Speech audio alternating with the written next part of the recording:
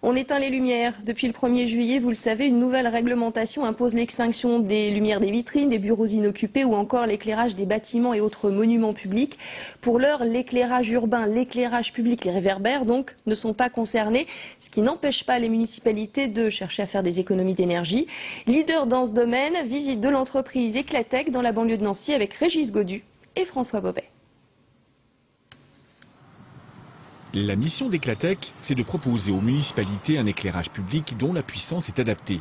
Ce qu'ici on appelle l'éclairage juste.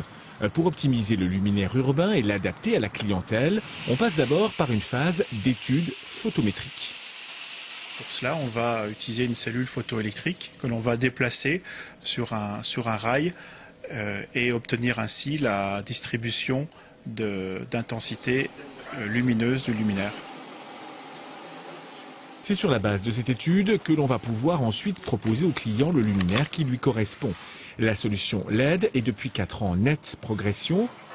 Une lumière bien mieux dirigée sur la chaussée est désormais de meilleure qualité. La source lumineuse qui est la LED va émettre de la lumière de façon lambertienne, c'est-à-dire qu'elle émet partout pareil de la lumière.